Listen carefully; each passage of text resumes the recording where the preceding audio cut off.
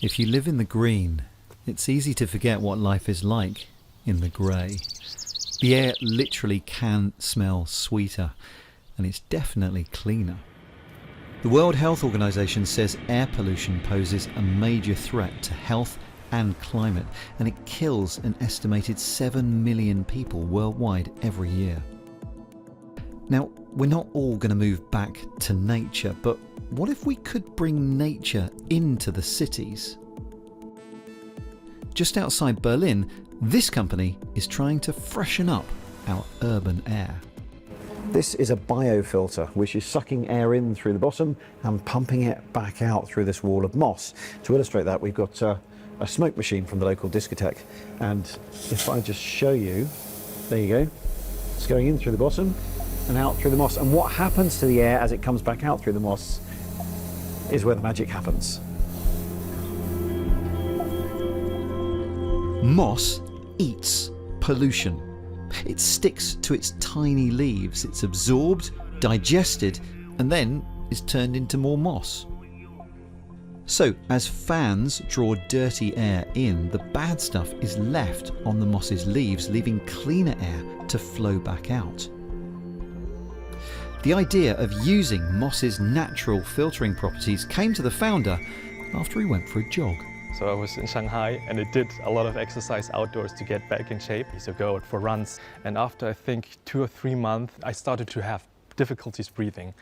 And that's when I thought maybe I caught the flu, maybe I caught the cold.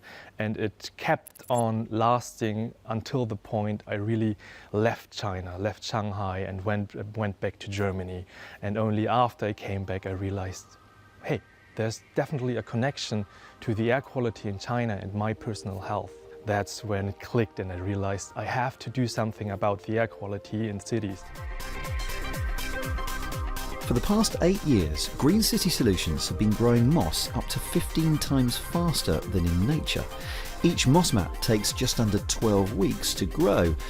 And I have to say, there's something very soothing about being in their greenhouse. Do you just come in here and stroke the moss of an evening? When I'm stressed. Cool about moss is that this plant doesn't have roots, so they can capture all nutrients through the wall's leaves or leaf surface. So you can imagine, like the normal plants, it takes the nutrients from the earth, but this moss, it can capture everything. The second thing is, like every plant, moss can absorb CO2 because it needs for photosynthesis, for the energy. But the benefit is the density of the moss is pretty high, so we need this high leaf surface ratio to capture as much as possible. So now we are going to take a sample. I can do it? Yeah, for sure. Okay, let's tweeze some moss. Got some. Perfect. Now we can have a look under the microscope. There we go. And it's in the lab where we'll get to see moss's superpower. The plant acts a lot like a human lung, whose high surface area can absorb a lot of the air in one go. And just like the lungs of a smoker, which end up getting blackened by tar, moss could act like the lungs of a city, eventually being covered in the stuff that we don't want to breathe. So this is from our one active products. And the black bits are the... Exactly. This is the fine dust or particles from polluted air. And these are the green cells, and it means that the moss is still healthy because it's green. But they are pretty powerful, really, for what I do. Moss fan. Yeah, I am somehow. As well as pulling pollutants out of the air, there's another advantage to these biofilters too.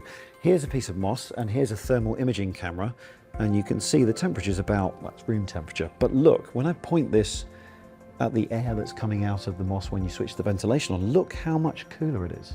So not only does this clean the air, it cools it too.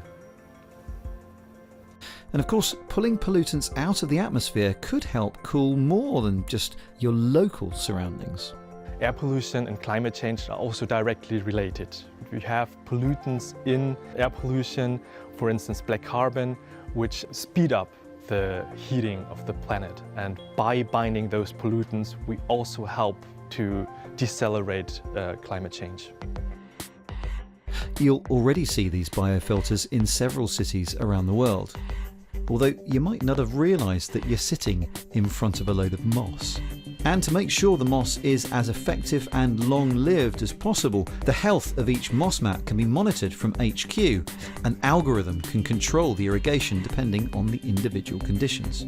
So in the future, I would envision that many buildings and the facades of the buildings would be covered in our solutions. And of course, you could also have motorways, large stretches. You could also use our moss filters to clean and cool the air and maybe even protect it from noise. Moss on its own won't solve the climate crisis, but in amongst the talk of inventing greener technologies, it may be worth taking a lead from something that's been right under our feet the whole time. After all, nature has been regulating the environment much longer than we've been disrupting it.